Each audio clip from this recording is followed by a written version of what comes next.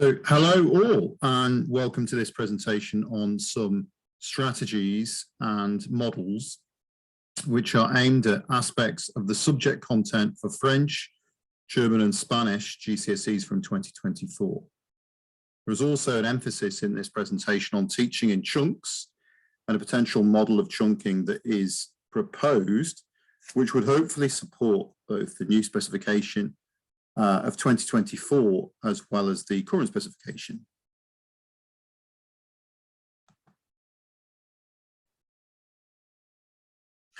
So these are the areas that will be in that will be elaborated on during this presentation in this order. So starting with key chunks and then narrow translations, so narrow translation dictations, and then other dictation strategies after that, and then looking at pronunciation strategies. Dictation and pronunciation, while always important, of course, will seemingly play an important role in the 2024 specification. So if we start by using the idea of element interactivity to help to define partly why it might be better to teach in chunks, certainly in terms of the productive skills, at least anyway. And element interactivity could be defined by the number of knowledge elements which have to be coordinated in working memory in order to accomplish a task.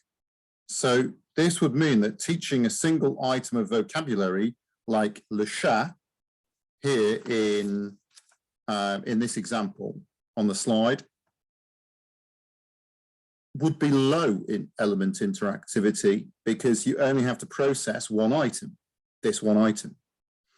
However, with a sentence, in order to produce this, if, for example, it hadn't been taught as a chunk, it would require a much higher level of element interactivity to coordinate all of the various knowledge elements in order to be able to produce it. So, for instance, the reflexive structure in the perfect tense alone would demand a high element interactivity. The quotation on this slide from Gianfranco Conti also supports how efficient learning chunks is. So if the combination of a chunk of language, which would be high in element interactivity, along with an acknowledgement that learning a chunk is more efficient, in that it gives you more words at one time, well, this establishes why learning chunks is more effective.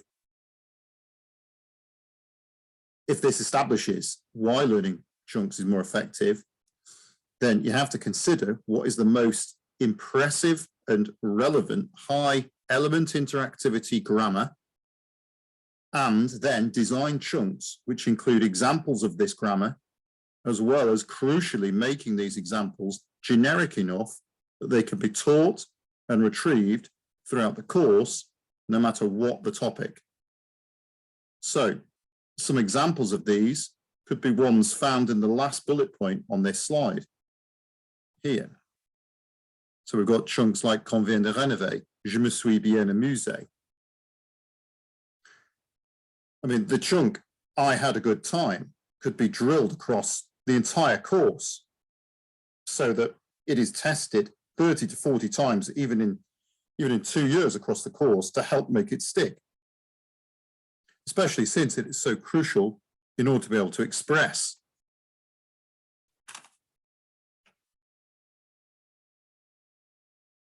If we then accept the rationale behind chunks and why they're so important, then fitting them into a suggested model might help to illustrate how the teaching of them could work as part of dictations, and of course, as part of this narrow translation dictation approach. If the rationale behind chunking is accepted then, and the chunks chosen, then the model of using them, leading to dictations, could be based around the following stages. So with step 1 or stage 1, chunk practice, step 2, stage 2, chunk retrieval, step 3, narrow translation dictation, and step 4, the transfer task. So within the third stage of the narrow translation dictation, there is a mini model of steps to follow, almost a mini set of dictation steps to follow, which has been adapted from previous presentations. This is a new step in the overall narrow translation dictation approach, which has been adapted. So if we start with the first stage of chunk practice,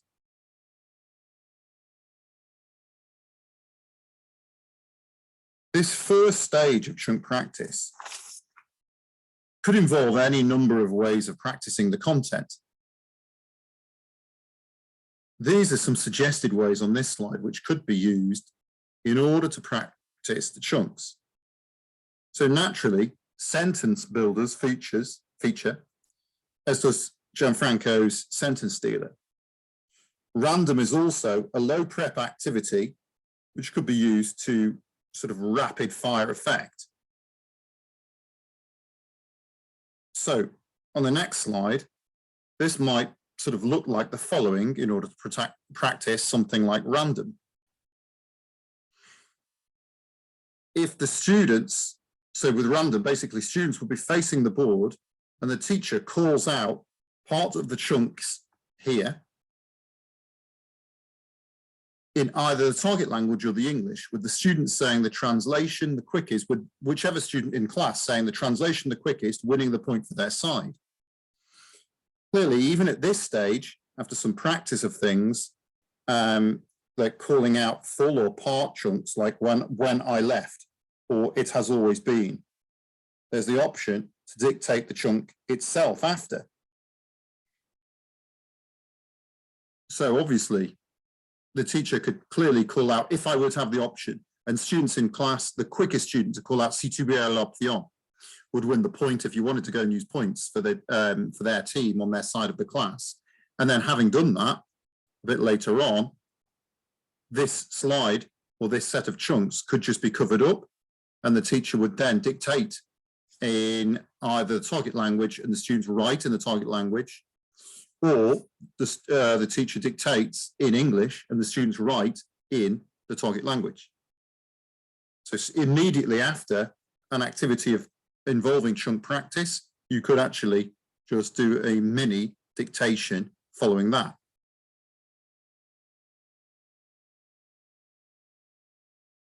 So this moves on now to chunk retrieval. So with chunk retrieval, there are a number of strategies, from a whole class or paired penalty shootout to, as Gianfranco and Steve Smith referred to, reading aloud phrases or sentences simply for students to translate. Something worth noting, which is almost a cross between chunk practice and chunk retrieval, is to create narrow translations of the original chunk, with some of the surface structure changed. This, though, really is a much smaller version and variant of the narrow translation dictation approach, which is the next feature of the model, and therefore we come on to it next. Just very briefly, this would be the example here of a longer set of practice chunks which keep the underlying structures, and students could use this. They could retrieve this, of course, if we're at that stage, simply by covering up the Spanish here, covering up the target language. And students, as I like to do, go to the walls with the magic whiteboard, which we'll see later on in this presentation, go to the walls and they translate as many as they can with, say, the top three groups, the top three pairs on the walls, winning by having got them perfectly translated first, with the teacher keeping an eye on everything and watching all the magic whiteboard. And the students working, and something like that would give the teacher, of course, fantastic level of insight into what those students can do right there and then in the moment.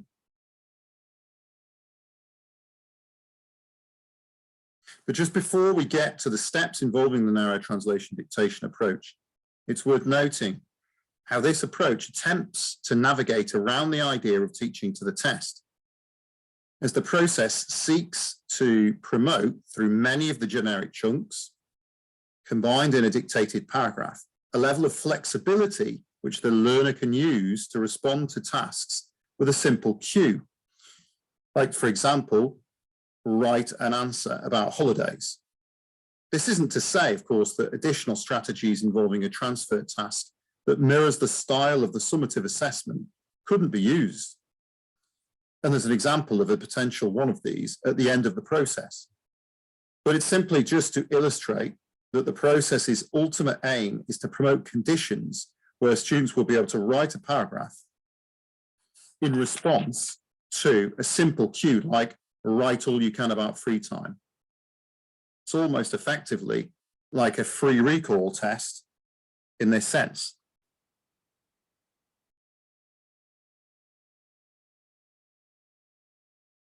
So, onto the narrow translation dictation approach, which I sometimes like to abbreviate to NTD.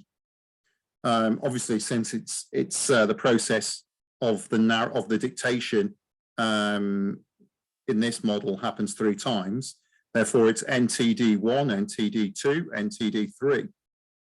Not least because it saves a bit of space on the board when I write it as well. So I'm going to take some time now just to really talk through this, these steps, which have been updated very recently, a couple of amendments. So this is the newest version. So step 1 involves the teacher dictating an English text with many of the chunks and suitable surface structure which can be adapted in each chunk. Of course, as it's a dictation, then the text is not projected, of course. So the text is hidden. That basically, in other words, the text is not shown to the students, of course. The teacher will have either a copy, a hand sort of, hard copy in their hand, or they'll just not project the PowerPoint, and the teacher will just be the only one looking at it. So the teacher explains that when they dictate the English, the students must write in target language the dictated. So when the dictate the English, the students must write in target language for what is dictated. So for every time that they cannot write the target language for the English that is being dictated, they have to write the English which is dictated to them. So this would lead to a potential Spanglish or Frenglish text, I suppose. The teacher explains that the students also need to write on alternate lines, and that if and when they write the English, they need to switch to write in a different coloured pen from when they write in the target language. The potential benefit of this is that if the teacher circulates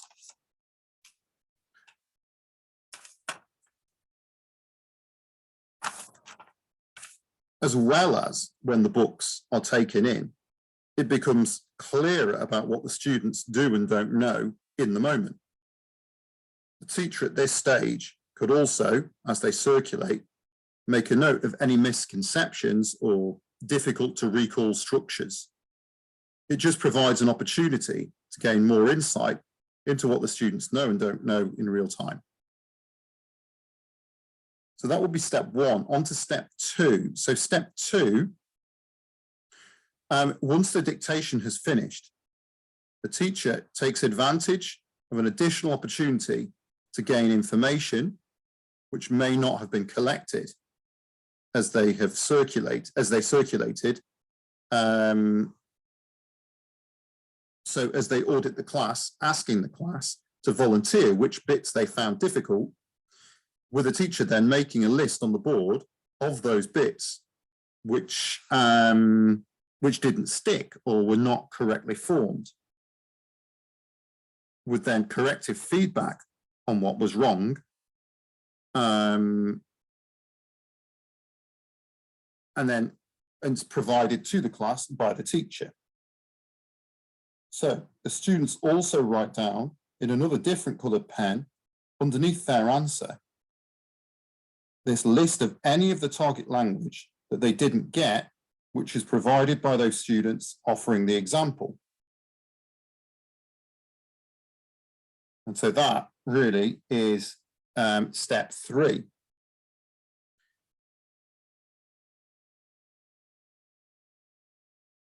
So step 4 involves the teacher writing up a correct target language version and all students copying this down in the same coloured pen that was used in step 3. And then after this has been copied down by everyone, then each student corrects their own version. To allow for students working at different speeds, then the extension task for those with fewer errors could be that they then either try and produce their own narrow chunks from the original, or even to simply write out those few errors several times. Once all students have corrected their own version, then this takes us to step 5 here. In step 5, the teacher, using the perfect version written up on the board, then divides this up into sections and asks the group to raise their hand in response to in which section they have made the most mistakes and or have the lowest recall. I'll skip ahead a couple of slides now, just briefly, to show how this could work. So, of course, imagine here, before we do go and show that part of the process, imagine here, this was the text that had been dictated. The students would not see this. The teacher would be dictating this in English. Excuse me. The teacher would be dictating this in English. The students would be writing on alternate lines. They would have one color pen for all of the, if it was Spanish, all of the Spanish that they could translate. And then when they had to write English for those bits that they really did not know, they would change to a different colored pen and write those bits in English. Once the whole text here had been dictated, the teacher then would write the perfect version like this. Of course, this is on a piece of lined paper, but you could imagine that this was on a board. So the teacher would write even on alternate lines, if they could, on the board themselves.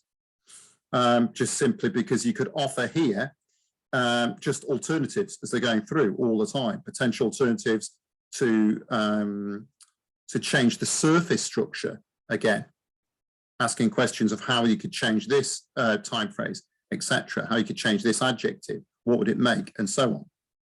In any case, this is just an example of how this text, once this perfect version had been written up on the board, could be broken down further into section A, section B, section C, section D. You don't have to necessarily have section A to section D.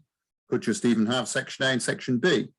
But the idea then at this stage after would be that the teacher finds more information out about this, about what the students could and couldn't do and did and didn't know, by then looking here and asking and saying, for instance, okay, please put your hand up if you got more mistakes or you knew less in section A compared to section B.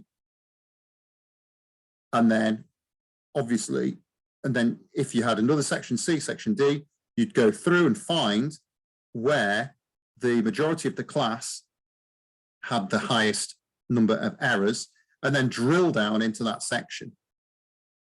So for instance, let's imagine that the class had the highest number of errors in section D here. And then having drilled down further, let's imagine that the teacher found that the structure of I have been visiting or have been doing something and still are, that kind of structure had been poorly recognized.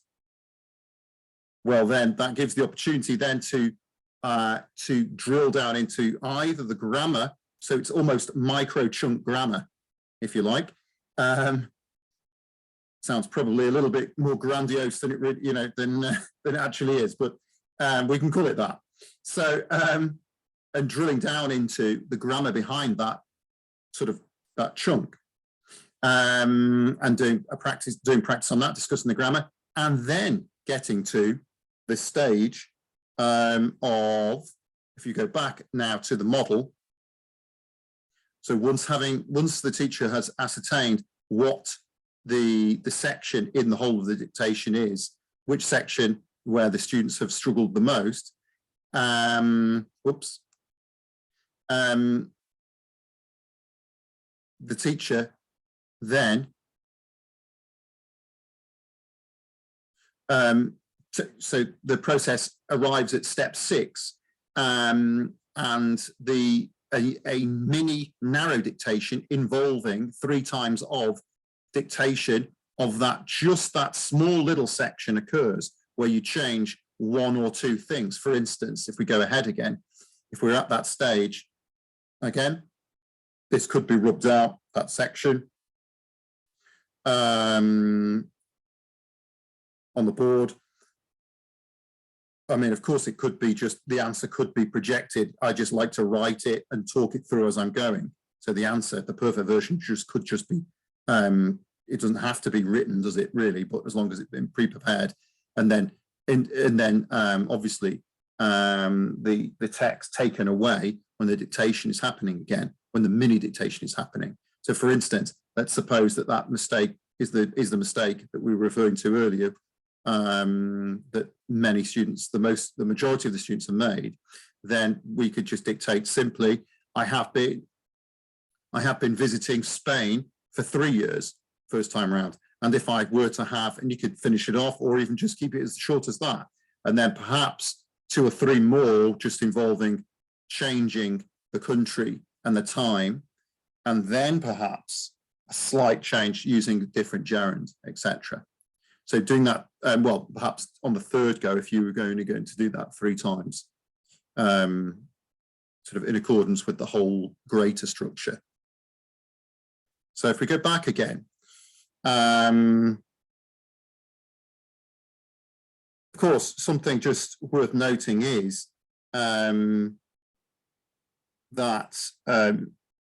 with the sections, of course, the bigger the section, this is obvious, I know, but I think it's just worth noting, of course, the bigger the section might mean more mistakes. So obviously trying to make the sort of the sections that you break up the larger dictation into of similar length would be something to aim for, I think. So looking at the next step, I think that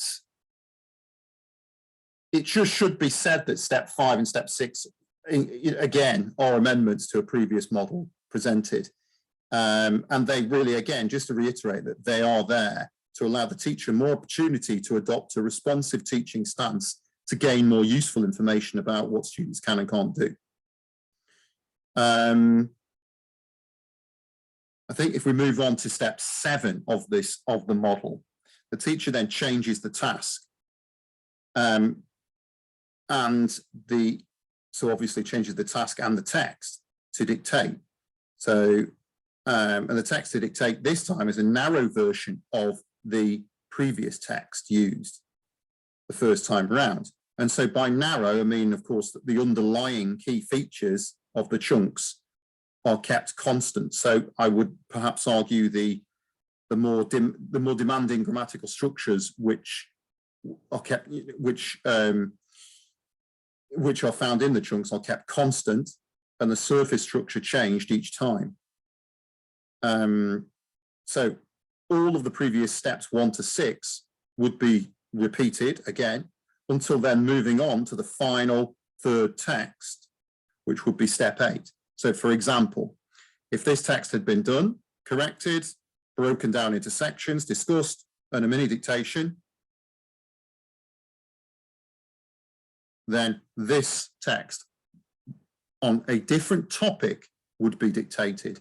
Now, the topic itself, again, this is a useful, perhaps, tool to just sort of discuss with the students and explain just and to really illustrate and reiterate how and why these chunks are so important, because they transfer across topics. So of course, looking at that, oh, it's a topic to do with school, but actually you can recycle all of these key high element interactivity, well, what would be regarded otherwise if taught sort of with explicit grammar instruction, perhaps, which would be, high element interactivity language to recall, if they hadn't been taught as a chunk, can transfer into all these topics, across different topics. So this would be dictated a second time round. Students, of course, would cover up their previous version completely. And of course, that could be done on separate paper, that could be done on the same, in the same book. But just covering up the previous version is also key. So this would be dictated. And again, all of the same processes would occur from step 1 to step 6 with that second dictation. It really is, having used the previous model for this, it's definitely a whole lesson activity, at least, really. And something perhaps that is worth noting, that it's still loosely based on a piece of research led by Dunlosky, Professor Dunlosky, I think, that on 3 times retrieval, and Pooja Agarwal, on 3 times, on the power of sort of 3, retrieval 3 times. So again, once that process had occurred on the second text, the third text of free time this time, the same process occurs with this third text. And once again, structures, the key chunks are kept constant, with some of the surface structure changed. Nouns here and there, the atmosphere, and eating this, studying, I have been studying. So again, that key structure that we talked about before is an example of a structure potentially that may not have been recognized as well as others, and then therefore highlighted in one of the sections. You can see here, obviously, I have changed the gerund each time. Okay, so then if we go back actually to the steps, just to say that, again, once the final task, once the final text has been dictated, the final stage, the final step, is that the teacher provides a transfer task. Now, this transfer task, again, of course, as referred to earlier, it could mirror the style of the assessment in the exam, with the teacher then adopting live marking to ascertain more about what the students can transfer from this whole narrow translation dictation process, with the teacher going around the room. And if we go to this now, and I'll just show the task, for instance, the teacher going around the room, and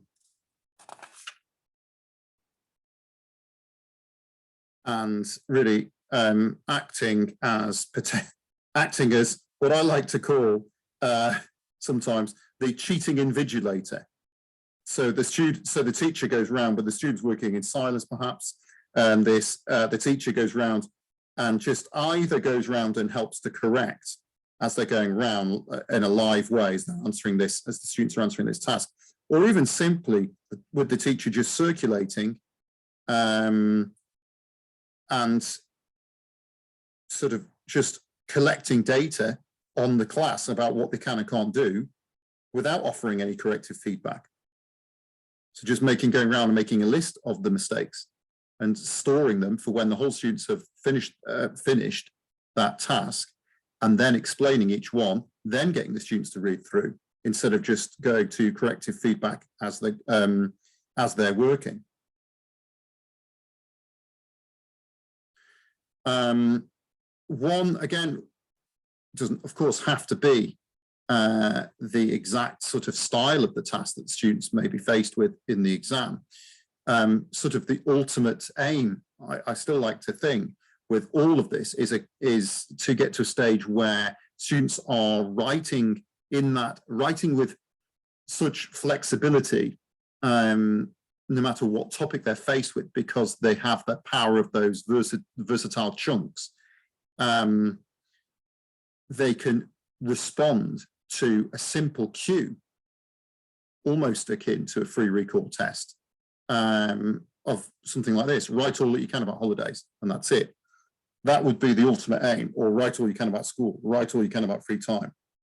So the students have learned the skill of being able to just change the surface structure of those chunks themselves, and really being able to manipulate them themselves to suit all of those topics. That is the real key that I would really like to get to.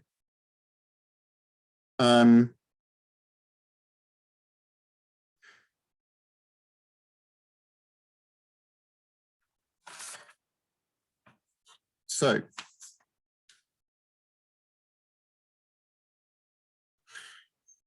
one sort of potential variation on this could be to adopt the same process, but with the students writing their dictations on the walls. So this is a go to the walls, sort of to the walls task. And here, obviously, this magic whiteboard, you could have 16, 17 pieces plastered all around the room. So the students could dictate.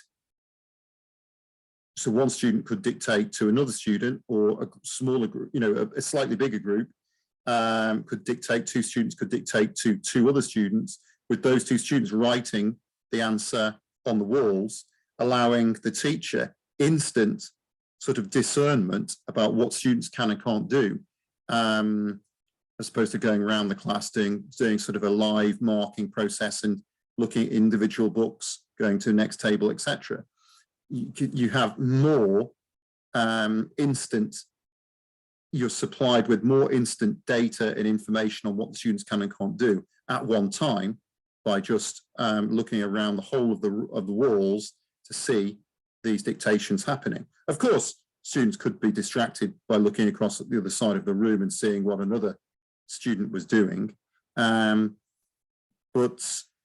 I think that technically it allows the teacher a lot of information to be gathered at one time.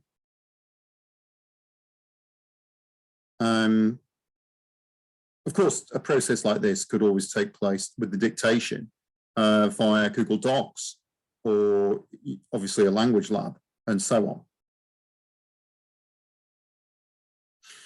Brings us to then, that is really the whole process of the narrow translation dictations, before we do actually just get to that additional dictation strategy.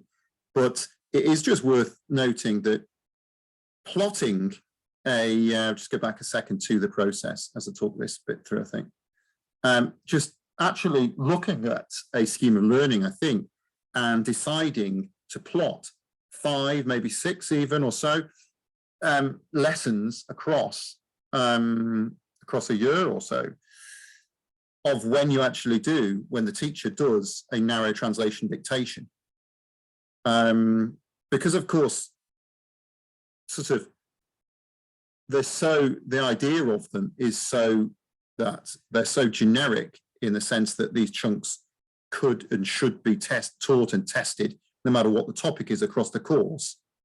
Therefore, the narrow translation dictation approach of using them could therefore also be applied across the whole course. Doesn't have to be, you have to wait until you don't have to, a teacher doesn't have to wait until they themselves are dictated to actually go and do a chunk in year 11. If of course the chunk was started in year 10, it would allow for more forgetting and more retrieval. So ideally leading to a greater chance of a much better recall towards the end of the course. So plotting and planning when those narrow translation dictations could take place would be really, I think, a good starting point to look at that. So if we now just look at just one more potential sort of a dictation strategy, and this is dictation, retranslation. This strategy could be used in pairs this time. So this strategy, it focuses on students working as student A and student B, with a text A and a text B being prepared. Text A would be projected on the board, with student A having turned their back away from the board, with student B facing the board. Student B reads the text to student A, who writes down everything said to them in the target language. B can only speak the language to them and cannot speak any words. B can repeat the text as many times as A likes though. So this process continues until the text has been written down by student A. And pairs that finish first can then correct any spellings in the text together. The pairs then swap roles, with text B being projected for student A to speak to student B, with student B then writing down what is dictated to them. Once both students in each pair have corrected their text that has been dictated to them, they then translate it into English on a separate page. So this stage could be explained as well at the start of the process, so that those students who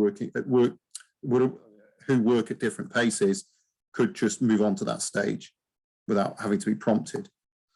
So once the text has been translated into English, then the correct translation is projected for students to check. The final stage is then that students retranslate it back into the target language while only looking at the English. They can then look back to their original target language piece for a second if they're struggling, but note down a tally chart, make a note as a tally each time. Of course, just as with the narrow translation dictations, the NTDs, there is a transfer task. There could be a transfer task to complete this process. And these are just really two very, very short texts that could illustrate that process. Of course, you can have a much longer text than those. So finally, the final strategy is to do with practicing pronunciation and gaining an insight into what students mispronounce. This strategy is called Pronuncierace and follows these steps. So the teacher starts by telling the class or asking the class that they need a volunteer to start the Pronuncierace. This student starts by speaking the first target language word and English meaning on the projected list on the board. So for instance, here, it might be that the student starts by saying compartir. Well, it would be that the student starts by saying compartir. Obviously on this list, on this slide, there is a list with more than one word. So then each word within the list would need to be pronounced. So obviously compartir, then una and habitación need to be pronounced. As the student pronounces the word, the class listen, and if any student thinks that that student has not pronounced a word correctly, then they are able to challenge them by raising a hand. Their challenge will need to be explained, and they would need to pronounce the word how they think it should be pronounced. So if the challenge is correct, then that student takes over the reading of the list from where the previous student left off. So of course, if the challenge is incorrect, then the teacher models the correct pronunciation and gets the student who made the incorrect challenge to repeat it. The activity continues with the student in play speaking the next word down in the list. So for instance, of course, if a student actually said this word here on number 5 correctly, pronounce it correctly, and then a hand went up to challenge it, you could get the student who made the incorrect challenge to repeat the correct pronunciation, because of course they're going to have thought it wasn't the correct way of pronouncing it. So if a student pronounces a word incorrectly, but there is no challenge, then the teacher intervenes and models the correct pronunciation, with the student in play continuing after they have correctly pronounced it. The challenge can be made at any time. Only after correct challenge does the turn pass to a different student. Whichever student correctly pronounces the last word on the list becomes Pronunci-Race champion. And this is regardless of how many previous words they've pronounced. So you could just make a correct challenge on number 9, take over and pronounce number 10 correctly, and you've won it. Of course, this practice doesn't have to be just on sort of lists of vocab and short words like that. It could be, it could extend to chunks. Longer pieces of language could extend to the chunks as seen earlier, or indeed any chunks. The process would simply move through the sentence word by word. Okay, so to finish, that is about it for the presentation. And I hope that these strategies can be a benefit for both the current specification as well as the upcoming 2024 specification. Many thanks for watching, and obviously, you know, I'd love to hear from people if you want to know any more or anything like that, or like to just engage, then please do contact me here on Twitter. Thank you.